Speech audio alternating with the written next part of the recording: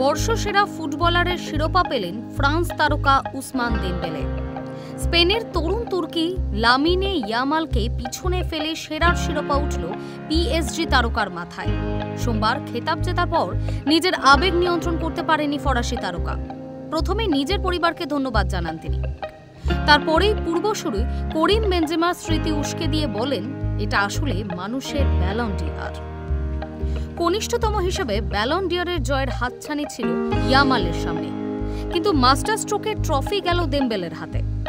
এবার খেতাব জেতার দৌড়ে ছিলেন পিএসজিতে দেমবেলের সতীর্থ ভিতি হনহাও।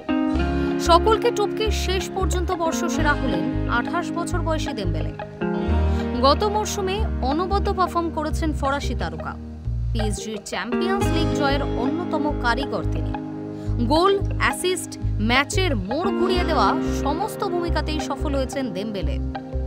2022 সালের পর দ্বিতীয় ফরাসি হিসেবে ব্যালন ডি'অর জিতলেন দেমবেলে। পুরস্কার পেয়ে তার চোখে জল সামলে নিয়ে জানালেন, আমি কাঁদতে চাইনি, কিন্তু যখনই পরিবারের কথা বলতে গিয়েছি, যারা আমাদের পাশে থেকেছে তাদের কথা ভেবেছি, তখন আর চোখের জল আটকাতে পারিনি।